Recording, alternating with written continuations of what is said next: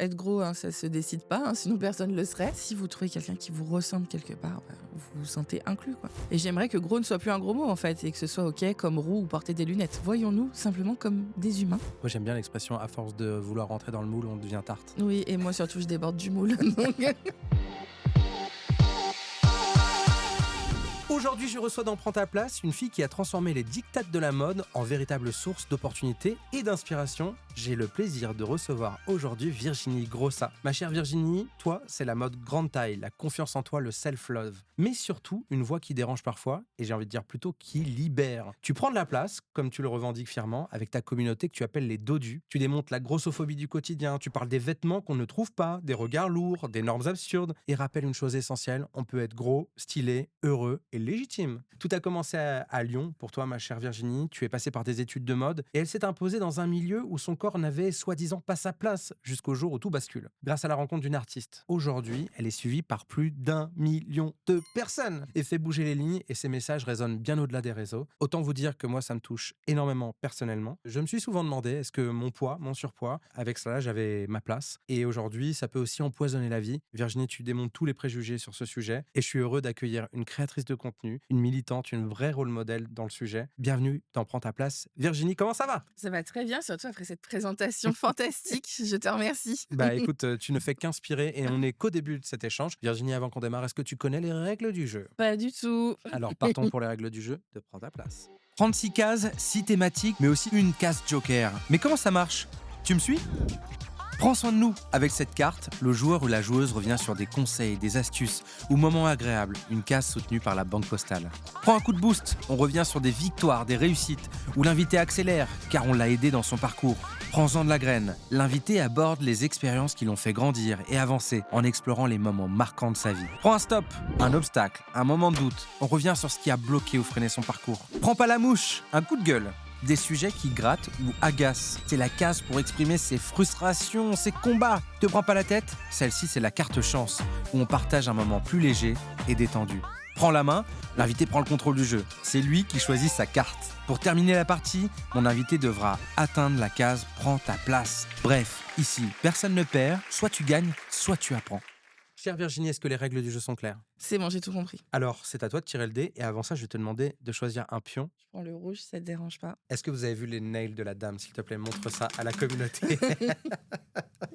Oh mon Dieu, il y a des bijoux dessus carrément. Ouais, ils sont trop beaux. Ah là là, on va voir si ça Mhm. n'encombre pas la route sur Prends Non. ta place. Aucunement. Allez, je te laisse tirer le dé. Le premier. 6. 1, 2, 3, 4, 5, 6. Te prends pas la tête, et l'interview va s'appeler Grosso Folie et non pas Grosso J'adore. Phobie. Ok, Et ça donc, pourrait être le nom d'un cabaret. ah, tu vois? Et On en sort plus, au Grossophone. regarde, j'ai préparé ma belle carte pour toi. Attends, je peux regarder de près? Parce que Oui. je suis myope. Mais c'est trop drôle. Je veux la prendre en partant. Les invités veulent toujours leur petite carte avant de partir. L'interview s'appelle Grossopholie, tu t'en doutes, à Mm. l'inverse de grossophobie. La grossopholie, c'est une interview qui célèbre la démesure, l'ampleur et la liberté d'exister hors des normes. Ça te va? Très bien. La collab la plus généreuse, celle qui te ferait dire, là, j'ai vraiment pris toute ma place. C'est pas vraiment une collaboration, mais ce serait de faire une couve de magazine, sans que mon surpoids soit clairement identifié. Juste, on célèbre qui je suis, sans préciser, elle est grande taille, elle est ronde, juste, elle est là. Quel mannequin grande taille incarne pour toi une présence qui déborde d'allure où tu rêverais de collaborer avec? Alors moi, je suis très très fan de Tess Holliday, c'est donc une mannequin américaine, c'est la première mannequin taille 52-54 qui a été signée dans une grosse agence de mannequins aux États-Unis. Et elle dérange parce que déjà, elle est grosse, elle est petite, elle est tatouée, elle est rousse, elle est maman, elle a des piercings. Et pour autant, elle a fait des campagnes de fou aux États-Unis. Et aujourd'hui, elle collabore avec des grands groupes comme Dove ou Pinterest sur les sujets d'inclusion et de diversité que tu connais bien, il me semble. Il me semble que ça me dit quelque chose. Quelle personne du mannequinat t'inspire au point de vouloir croiser vos univers? Alors là, plus dans le mannequinat qu'on trouve un peu plus standard, c'est vrai que j'aime beaucoup aussi Ashley Graham, qui aujourd'hui, on la prend vraiment comme icône de mode grande taille, même si je me retrouve pas forcément dans son univers, parce que je la trouve encore un peu lisse. Notre rencontre pourrait être un moteur pour la suite. Quel est le conseil de santé mentale le plus lourd de sens, celui qu'on devrait toujours garder sur soi? Moi, je sais pas si c'est vraiment de la santé mentale, mais moi, je dis toujours aux personnes d'oser. Donc, ça peut déstabiliser la santé mentale, mais pour un bien-être futur. D'accord, Mm. oser. oser. Et qu'est-ce que tu dis aux personnes de grande taille? Alors, que c'est pas leur faute parce que c'est vrai qu'on tape beaucoup, sur, les personnes grosses. On a l'impression que l'alimentation, la sédentarité, le milieu, professionnel, le milieu social, ça on le prend pas forcément en compte. On dit juste aux gens de maigrir et c'est leur faute s'ils sont gros. Donc, le premier truc c'est pas ta faute, tout va bien se passer. Quel conseil XXL aurais-tu aimé qu'on te donne avant de te lancer en tant que créatrice de contenu? Alors le conseil, bah, ça va être un peu bateau, mais c'est d'être, soi-même. C'est vrai qu'au début, je regardais beaucoup le contenu des autres pour m'inspirer, mais aussi peut-être pour rentrer un peu dans le moule. Mais au final, aujourd'hui, quand je suis pas les règles, ça se passe très bien. Moi, j'aime bien l'expression à force de vouloir rentrer dans le moule, on devient tarte. Oui et moi surtout, je déborde du moule, donc c'est pas la peine. Mais t'adores les tartes. Oui, bien sûr. On parlera de gastronomie tout à l'heure. Pour toi, un dodu ou une dodue qui se respecte, on va le redire, c'est le nom que tu donnes aux gens de ta Mmh. communauté. C'est quelqu'un qui, Pour moi, un dodu, c'est pas forcément, quelqu'un de gros. On est tous plus dodus que quelqu'un, donc tout le monde est dodu, hein, je tiens à le préciser et non, c'est juste, quelqu'un qui a envie de profiter au maximum de sa vie et justement de casser les barrières des diktats de la mode et des complexes. à quoi ressemble le quotidien réel d'un mannequin grande taille quand on enlève les clichés et qu'on regarde la vraie vie? Alors, il y a vraiment 2 types, de mannequins, vraiment les mannequins, commerciaux, qu'on peut voir, dans les défilés ou sur les sites web et cetera. Bah, c'est la même vie que les mannequins, standards avec, beaucoup de casting, de pression, beaucoup de règles, autour, de leur corps et cetera. Moi, je me considère plus comme modèle. Bah, c'est une vie, très cool. On me dit que je suis belle, qu'on me prend pour incarner, un vêtement donc ça se passe, plutôt bien, heureusement. Quel est le plus beau compliment que t'ait fait ta communauté de dodus? C'est quand, quelqu'un, dépasse une peur et réalise quelque chose grâce à moi. Ça peut être un truc tout simple, faire ses courses, manger en public, aller à la piscine, mais pour une personne grosse, c'est des tâches, des actions qui peuvent être difficiles au quotidien. Il y a un commentaire que tu as pu recevoir ces dernières années où tu t'es dit waouh, la personne était vraiment isolée, c'était peut-être enfermée dans cette. Bien sûr, j'ai le témoignage d'une abonnée avec qui je parle beaucoup, qui dans un premier temps a acheté des vêtements de ski que je vendais sur Vinted. Avec ces vêtements de ski, elle a booké un billet d'avion parce qu'elle a vu que je donnais des conseils pour prendre l'avion quand on était gros et elle est allée voir des aurores boréales. Ça, elle l'aurait jamais fait sans mon contenu et sans mes vêtements. Donc, je suis très très fière de ça. Continuer à aller Ouais. voir des aurores boréales. Oui, bien sûr. Parce qu'il y a plein de pas dodus qui ont Voilà, pas dit c'est ça. enfin. Tout le monde peut les voir. Tout le monde peut voir les aurores boréales. Est-ce que ça t'a plu cette première mise en Très bouche? très bien, j'adore. C'est reparti. Toi, tu tires jamais, toi? Bah non, Non, c'est quoi ce moi je problème? pose les questions. Tu verras, tu auras la main peut-être. 5. Elle continue. Bon, on va finir l'interview très vite. Ben oui. 1, 2, 3, 4, 5. Prends un Un stop. stop. Hors norme, c'est le nom de ma carte. C'est quoi les défis quotidiens de celles et ceux dont le corps ne rentre pas dans la norme? Tu me parles de ces injustices? Alors, il y a beaucoup de choses qui ne sont pas adaptées aux personnes grosses dans le quotidien. Ça peut être du mobilier urbain. Par exemple, hier, j'ai pris le métro à Paris. Vous savez, le petit siège là qui se déplie, bah, moi, je suis obligée de déplier les deux, hein. Voilà, par exemple. Ça peut être l'accès médical aussi, avec des lits médicalisés qui ne supportent pas un certain poids. Ça peut être des brassards de tension qui ne sont pas adaptés, des anesthésies qui vont pas être possibles sur des corps gros, un milieu médical qui ne sait pas accueillir les personnes grosses. Ça veut le manque d'accès à la culture avec les théâtres, cinémas qui ont des sièges normés, les tourniquets du métro. Enfin, toutes ces choses-là sont pensées pour des personnes de 80 kilos et d'un mètre 70. Et quand on dépasse du moule, justement, bah, on souffre, malheureusement. Tu utilises le mot norme et moi j'ai mis des guillemets. Mhm. Ce mot norme, il t'agace? Oui, parce que pour moi, personne n'est vraiment dans la norme, hein. Parce qu'à un moment dans sa vie, on peut aussi avoir une prise de poids qui est liée Bien à sûr, bien sûr. un. Être gros, hein, ça se décide pas, hein, sinon personne le serait. Donc oui, ça peut être tout, mais on parle aussi, voilà, ça peut être des personnes à mobilité réduite. Enfin, notre vie n'est pas linéaire, notre corps n'est pas le même d'il y a 10 ans et ne sera pas le même dans 10 ans. On ne sait pas ce qui peut nous arriver, quoi. C'est quoi aujourd'hui la priorité à résoudre sur ce sujet, à ton avis, publiquement, sur ces sujets-là? De condamner la grossophobie. Parce qu'aujourd'hui, c'était vraiment OK de taper sur les gros, de critiquer les gros, de les harceler. C'est même drôle, c'est même le sujet de spectacle d'humoristes. Et en fait, on se rend pas compte du quotidien des personnes grosses. Parce que voilà, être grosse, ça se voit. Les personnes en profitent en fait pour appuyer sur ce point sensible chez certaines personnes et clairement leur détruire la vie. La grossophobie, c'est très présent aussi dans les personnes qui se suicident malheureusement. différent et on ne prend pas ça en compte et c'est pas assez grave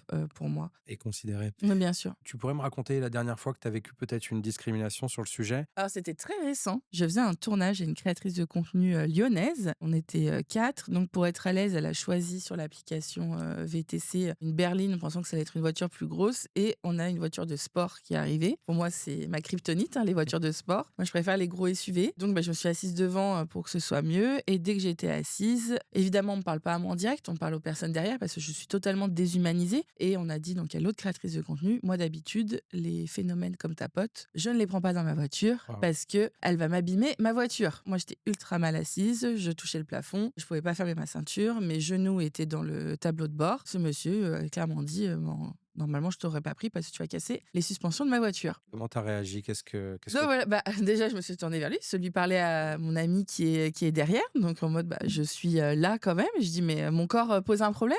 Et ah non, non, non, c'est pas ton corps qui me pose un problème. C'est aller plus loin, malheureusement, c'est pas resté que sur de la grossophobie. Donc Oui, parce voilà. que c'est un package Ah oui, généralement, c'est quoi. un package, Ouais. hein, On souvent aimerait bien que ce soit juste ça. misogyne, Voilà. sexiste, tout. Après, tout va dedans. Hein, c'est C'est un cadeau all inclusive. voilà. C'est quoi les armes qu'on développe pour supporter ce type de scène ou de, tu vois, parce que toi aussi, en tant qu'ambassadrice du sujet, parce qu'aujourd'hui, on le rappelle, c'est plus d'1 million de personnes qui te suivent, tu vis ce type d'humiliation et elles sont régulières. Comment tu te défends dans ce genre de cas? Est-ce que tu baisses les armes en disant on s'arrête là et je prends une autre course? Par le passé, j'étais dans la team de je dis rien, ça va passer. Et avec le temps, je sais pas, je prends peut-être un peu trop la confiance et je suis dans la violence et l'humiliation. Pourquoi?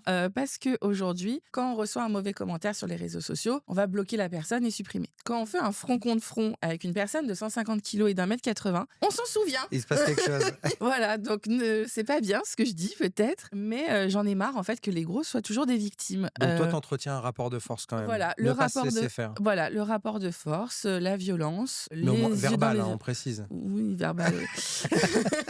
Les yeux dans les yeux, Ouais. voilà. Et à ce moment-là, on se fait respecter, malheureusement. Mais c'est un rapport primitif animal, hein, Oui, oui. on en est là. Mais tu te fatigues en faisant ça aussi, non? Bien sûr. Après, je répète, là, par exemple, je te parle de l'agression qu'il y a eu vendredi. C'est très rare. Moi, dans l'espace public, je suis bien avec qui je suis. J'aspire pas le côté victime qui fait que souvent, on s'attaque à des personnes qu'on sent faibles, entre guillemets. Donc, c'est très rare que je subisse ce genre de comportement. Ce rapport-là, j'imagine que oui, c'est beaucoup de fatigue, mais on va y revenir. Je te propose de continuer parce que j'ai 1000 autres Ok. questions et j'ai peur que ça Trop déborde. bien. 3. Ah, elle ralentit un Ouais. petit peu. 1, 2, Comme quoi, nous, les dodus, on s'essouffle quand même. au bout ouais, d'un ouais, moment. bah là, t'as fait un sprint, j'en peux plus. C'est toi qui prends la main en plus, alors tu vois, Ok. tu me dis ce que tu veux. Je veux bien un violet. Lundi violet, prends pas la mouche. Fast fashion. Ah, un sujet d'actu. Tu dis j'aimerais consommer mieux, mais il n'y a que la fast fashion qui s'intéresse à ma taille 56. C'est quoi le problème avec nos marques aujourd'hui? Tout le monde tape sur la fast fashion et l'ultra fast fashion, mais aujourd'hui, ce sont les seuls acteurs de la mode à se préoccuper des gros. Donc tout le monde veut qu'on consomme mieux, on veut même taxer certains produits, mais clairement, je me serais présentée nue devant toi si la fast fashion ne faisait pas partie de ma vie. Donc qu'est-ce qu'on fait? Est-ce qu'on met les gros nus dans la rue ou est-ce qu'on les habille? Que font les entreprises de mode? Pourquoi ils ne considèrent pas les gros? Est-ce que c'est un problème d'image? Est-ce que c'est vraiment un problème économique? Rappelons que il y a plus de 50% des gens des femmes qui font une taille supérieure à la taille 42. Moi, avec ma taille 56, j'ai 6000 fois moins de choix qu'une personne qui fait une taille 36, par exemple. Et il y a autant de personnes qui font une taille 34 que des personnes qui font une taille 56 dans la société. Pourquoi elles peuvent s'habiller en magasin et pourquoi moi, je ne peux pas? J'ai besoin de réponses et surtout quand on voit que, par exemple, le gouvernement peut instaurer, par exemple, des taxes sur certaines choses et tout, pourquoi le gouvernement ne peut pas forcer certaines entreprises à habiller tout le monde, tout simplement? On fait des habits pour chiens, faites peut-être des habits pour les gros. Ouais, Ce serait sympa. déjà pour les humains. Non, mais ce serait C'est cool. ça, je te jure. Comment t'expliques ce décalage? Est-ce qu'ils sont hors sol et hors du monde des vivants et considèrent ça de loin? Tu vois, toi, j'imagine que ta communauté de 700 000 personnes sur TikTok, il y a quand même des marques qui sont très heureuses d'aller les toucher. Bien Si sûr. derrière, il n'y a pas les tailles pour les gens, c'est quand Bien même sûr, débile. moi je travaille avec énormément des marques de mode, mais je travaille qu'avec des marques de mode à l'étranger, donc États-Unis, Angleterre et Allemagne. Aujourd'hui, je travaille avec aucune marque de mode française qui souhaite habiller les gros ou s'associer à mon image, malheureusement. Pourquoi ces marques n'habillent pas les gros? Je pense qu'il y a un problème de formation déjà. Aujourd'hui, les stylistes modélistes en école de mode ne travaillent que sur des mannequins taille 36. On voit que des défilés taille 36. Donc, être hors des codes, déjà, il y a un problème. Aujourd'hui, on demande à une modéliste qui a 15 ans de carrière de faire un patronage taille 56. Elle ne sait pas le faire. Ensuite, il y a un problème d'image parce qu'il y a des clichés qui sont véhiculés autour des personnes grosses. On serait donc des personnes malades, des personnes pas belles, qui ne font pas rêver. Donc il y a aucune marque de mode qui veut s'associer avec ce genre de clichés. Donc il faut aussi plus de représentation dans la mode. Et si déjà on fait tout ça, Ça serait déjà pas ça mal. serait pas mal. Et après, c'est vrai que le patronage de la mode grande taille, c'est plus complexe que d'une taille, on va dire 32 à 40, où il suffit en fait d'ajouter 2 centimètres à chaque fois. Quand on a un corps voluptueux, ça peut être plus de fesses, plus de ventre, plus de poitrine, différentes carrures. Donc voilà, c'est plus complexe, mais c'est pas impossible. Tu interviens aussi souvent dans des entreprises. Qu'est-ce que tu leur dis aux collaborateurs des entreprises quand tu es devant eux? Dans ma vie personnelle, j'essaye vraiment voilà, de casser les clichés autour des personnes grosses. Il y a aussi beaucoup de discrimination à l'emploi. C'est plus difficile pour les personnes grosses de trouver du travail, encore une fois, avec des clichés. Les gros seraient sédentaires, les gros auraient du mal à bouger, seraient plus bêtes. Enfin, encore une fois, on a cette représentation dans les médias ou dans les films de personnes grosses qui sont toujours À un traîner de peu la patte. bêta, quoi. Oui. Voilà, la bonne patte, un peu bêta. On voit jamais des personnes qui slay, qui ont des responsabilités. Tout ça, en fait, ça pèse sur le quotidien des personnes grosses. C'est quoi les bons termes pour parler des personnes de grande taille, aux personnes Ah, grosses, aux moi, j'ai personnes... aucun problème à utiliser le mot gros, hein, il y Mmh. a pas de souci, Oui, mais parce hein. que tu es concerné. Voilà, je suis concernée. Alors peut-être qu'il y a que les gros qui ont le droit d'utiliser le mot gros, je ne sais pas, mais en tout cas, moi, j'ai pas de problème à ce qu'on me dise que je suis grosse, de parler des personnes grosses, comme des personnes grosses, hein. Mmh. Enfin, faut être factuel. Donc oui, après, on peut utiliser voluptueux, ronde, grande taille, plantureuse, tout ce que tu veux, mais enfin, soyons cash. Moi, voilà, je suis là-dessus et j'aimerais que gros ne soit plus un gros mot, en fait, et que ce soit OK comme roux ou porter des lunettes. Ton mot, c'est dodu. Comment est née Dodu, cette ouais. expression? En fait, je sais pas, dodu, je trouve ça trop mignon, 2 petites syllabes comme ça, dodu. Quand on pense à dodu, on voit pas quelque chose de négatif, on va Mmh. dire, autour de la personne grosse. C'est un peu à contre-courant des autres expressions, qu'on peut avoir. Dodu, je trouve que c'était sympathique, voilà. J'aime beaucoup ce terme aussi, donc je crois Ouais, que je vais l'ajouter dans ma voilà. description. Je te laisse continuer, ma chère Virginie. On avance. Est-ce qu'elle recule? Ah, Mais c'est non, non, elle réaccélère. Oui, là, il n'y a je pas de sieste. non, c'est ça, C'est une créatrice de contenu. Elle vous dit qu'elle n'a pas le time. Te prends pas la tête à nouveau. Ma couve de rêve, tu en as un peu parlé tout à l'heure, mais on va y revenir. Tu as comme rêve de faire la couverture d'un magazine de Mmh. mode. Et tu dis pas parce que tu es grosse, mais juste parce que tu es là. Si demain tu pouvais choisir de faire la une d'un mag, ce serait laquelle? Je vais pas demander, forcément un Vogue, mais un Elle, un Cosmopolitan, un Nylon, par exemple, ce serait déjà, très, très bien. Ouvrez bien grand les oreilles, chers amis. Voici la créatrice de Mmh, contenu qui va parler des grandes tailles, mais mmh. pas que, des dodus. On aimerait bien l'avoir en une, c'est comment? S'il vous plaît. Et en plus, pour exemple, je parlais de la mannequin Tess Holliday. Quand elle a posé pour le Cosmopolitan, elle a doublé les ventes du magazine tellement c'était un choc de voir une femme de cette envergure en couve. Donc, en plus, je vais vous faire vendre des magazines. Elle vendra du papier en plus. Allez-y, go for it. Et c'est intéressant de voir aussi que ça peut avoir un impact sur le business parce que, comme toujours, l'entreprise, elle revient à un truc très Mmh, rationnel de ce qu'on gagne et ce qu'on perd. bien sûr. Là, c'est la preuve que on parle à d'autres Mmh, publics, bien sûr. d'autres lectorats, des personnes qui se sentent parfois moins Mmh. concernées. C'est aussi ça le message derrière ce que tu fais? Bien sûr, pour moi, c'est important, la représentation. C'est la clé de tout pour toutes les minorités, hein, pas que pour les personnes grosses. Si vous trouvez quelqu'un qui vous ressemble quelque part, vous vous sentez inclus, quoi. Exactement. On continue, ma chère Virginie. Un petit Aïe, 2. Ah, bah tu vois, on tombe bien. Prends soin de de nous. nous. La carte s'appelle Body Neutrality et Ouais, c'est une carte en partenariat avec la Banque Postale qui soutient ce jeu. Et je les remercie du fond du merci à cœur. eux. Ouais. Ouais, parce qu'on parle de tout ici. Mmh, On parle de grossophobie, on a parlé de racisme, on a parlé d'inclusion, on a des jeunes isolés, de tout en mmh, fait. On parle de tout. Prenez votre place. mmh. D'ailleurs, j'en profite, si vous n'êtes pas encore abonné, c'est ici que ça se passe. On se dépêche. Tu aspires à la body neutrality. Mmh. C'est ton expression. Tu Mmh. m'expliques? Alors c'est vrai qu'on a beaucoup entendu parler du body positivisme. Donc c'est un mouvement qui vient des États-Unis qui sert à célébrer, on va dire, les personnes qui sont hors des dictats de mode, hors des standards. C'est OK d'avoir par exemple du vitiligo, c'est OK d'être gros, c'est OK d'avoir des poils, etc. Moi j'aimerais aller plus loin. On arrive à une sorte de body neutrality en disant laissons les gens tranquilles avec leur corps. Encore une fois, c'est pas quelque chose qu'on peut contrôler. Voyons-nous simplement comme des humains. Je pense que tout le monde se porterait mieux. On parlait de santé mentale. Si chacun se préoccupait de soi, ça irait beaucoup mieux. J'étais à une terrasse de café avec un garçon qui est dans la tech et qui me dit écoute, moi je suis très data. Il me dit la plupart des personnes en surpoids, c'est parce qu'elles font pas d'efforts ou parce qu'elles prennent pas soin d'elles ou parce qu'elles font pas attention à ce qu'elles Mhm. mangent. Tu réponds quoi à ce type de personnes qui sont très obsédées par le fait que le surpoids ou le poids tout court serait très lié à quelque chose qu'on laisserait dériver Mmh. parce que c'est souvent quelque chose qu'on entend l'air de rien et contre lequel je me bats évidemment Mmh. et toi aussi. Mais qu'est-ce que tu réponds à ces gens-là? Qu'il appelle ses grands-parents, par exemple, qui deviennent bénévoles dans des associations où on a besoin de personnes qui se préoccupent de leur prochain et de laisser les gros tranquilles avec leur corps. L'obésité, c'est une maladie multifactorielle. Juste laisser les gros tranquilles. Tout le monde se préoccupe des gros, sauf qu'au final, personne ne se préoccupe vraiment du bien-être des gros. Si on se préoccupait vraiment du bien-être des gros, le milieu médical serait adapté pour les recevoir. Donc, si vous avez envie de vous occuper de votre prochain, appelez vos grands-parents, allez en association, devenez bénévole. Merci. Voilà. La sagesse, un peu de C'est sagesse. ça. Bon, du coup, en terrasse de café, la prochaine fois, je saurai quoi Voilà. répondre. Allez, je te laisse continuer. 6. Mais c'est non, une mais tu vois, marathonienne qu'on a non. en face de nous. Oui, je vous vais aller avez au trop casino de en rentrant. préjugés sur les gros.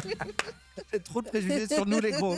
On a du cardio. Non, mais- Allez, Virginie, tu continues. c'est toi la qui carte que je choisis. Ouais. Quelle couleur j'ai pas fait? La verte, j'ai l'impression. Vert, allez, go. Elle prend un coup de boost alors qu'elle fait déjà du 6 à l'heure. La carte s'appelle Bess Ditto. Un événement auquel tu es invité par la collection de la chanteuse du groupe Gossip va être déterminant dans ton parcours. C'est quoi le déclic? Moi, à l'époque, j'avais juste un tout petit compte Instagram où de temps en temps, je mettais quelques photos de moi, mais c'était pas très poussé. Je devais avoir 2000 abonnés, dont la moitié, c'est des collègues, les cousines, la famille. Enfin voilà, quoi, il y avait très peu d'inconnus. Et donc, la chanteuse Bess Ditto a fait une collection grande taille capsule, dont une pièce avec Jean-Paul Gaultier, en plus à l'époque. Et donc, elle fait un petit concours en disant envoyez-moi vos comptes Insta. Et les filles que je trouve les plus queen, quoi, je les invite à Paris pour découvrir ma collection. Je participe, mais en me disant mais moi, avec mon compte 2000 abonnés, Beth Ditto, elle va jamais me donner l'heure, quoi. Et quelques jours avant, je reçois donc un mail de Beth Ditto me disant je t'invite dans le palace Royal Monceau pour découvrir donc ma collection et on va passer un moment ensemble et tout. Moi, j'aimais déjà beaucoup sa musique avec son groupe The Gossip. C'est une icône aussi grosse, donc c'était très important pour moi de la rencontrer. Me voilà à Paris, dans un palace, entourée que de créatrices de contenu françaises, américaines, ultra connues sur les réseaux que je suivais toutes. Et tout le monde me disait, mais pourquoi tu te lances pas toi aussi? Enfin, Ouais. t'es là, donc go. Donc ça t'a lancé. Et après ça, je me suis dit, c'est bon, je le fais sérieusement. Convaincu. Je book un photographe, un truc, et je mets un cadre à tout ça. Et c'est vraiment à ce moment-là que j'ai commencé à vraiment poster sur les réseaux et c'était pas seulement un compte perso, quoi. C'est à partir de ce moment-là aussi que tu es devenue finalement une pro du domaine parce que c'était très amateur au départ. Mm. Aujourd'hui, tu vis de ta création de Tout contenu. à fait. Donc c'est le déclic avec une artiste. Mm. Tu me racontes aujourd'hui ce que c'est que ta vie de créatrice de contenu? Ah mais j'ai un peu une vie d'artiste aujourd'hui.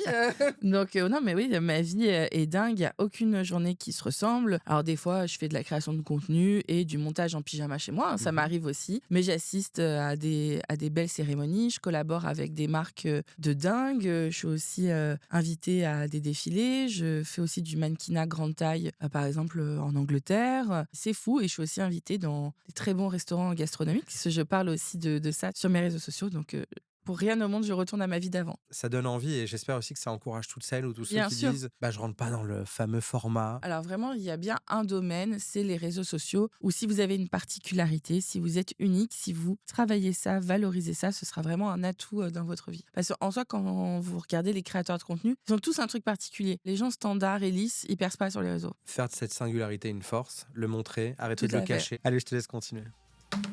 5. Mm. C'est une sprinteuse.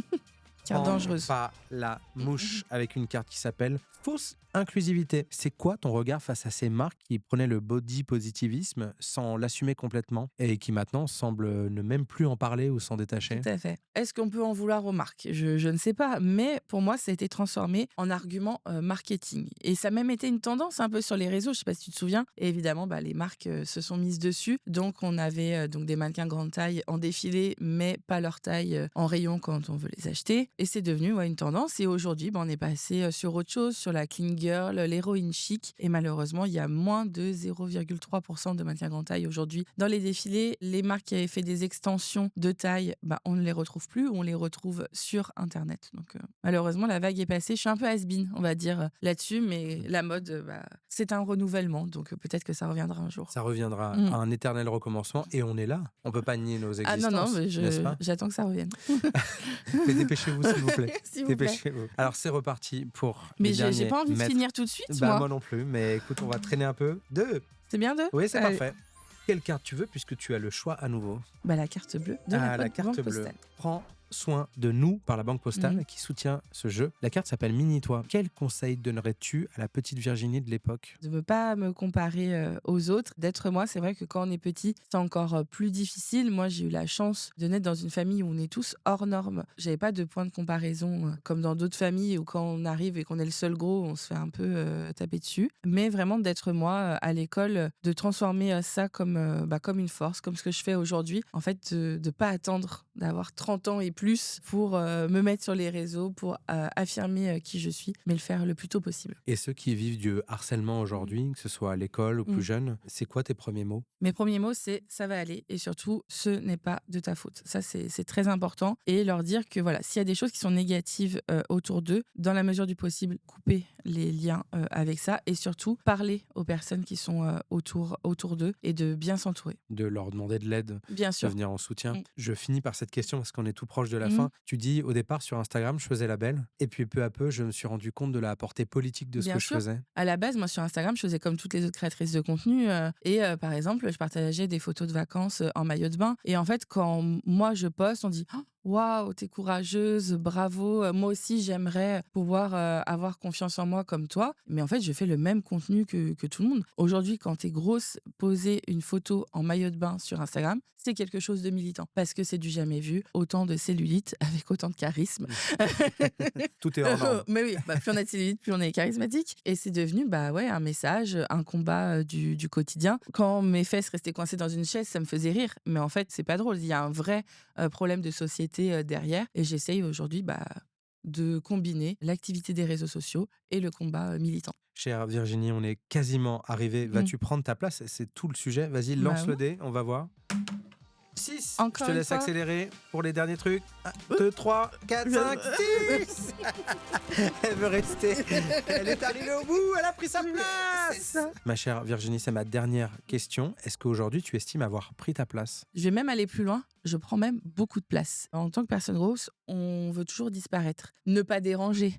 Ah pardon, excusez-moi. Non, on s'excuse pas en fait. Comme tout le monde, on prend de la place, on prend beaucoup de place. Et je veux que tous les gros se libèrent parce que moi, ça me rend vraiment triste quand je reçois les messages de mes abonnés qui n'osent pas manger en public, qui s'excusent d'être, qui acceptent de voir que des personnes la nuit parce qu'elles n'osent pas leur tenir la main la journée. Je ne veux pas tout ça, donc libérons les gros et prenons de la place. Voilà. Prenons de la place, mais je crois que c'est la plus belle conclusion pour cette interview. Prendre sa place et prendre de la place. De la place. Ne pas s'excuser de ce qu'on est finalement. non. Ma chère Virginie, c'était un régal de faire ce jeu avec toi. Des questions XXL, la preuve. Oui, Il y en a fait trop, il y en avait plein.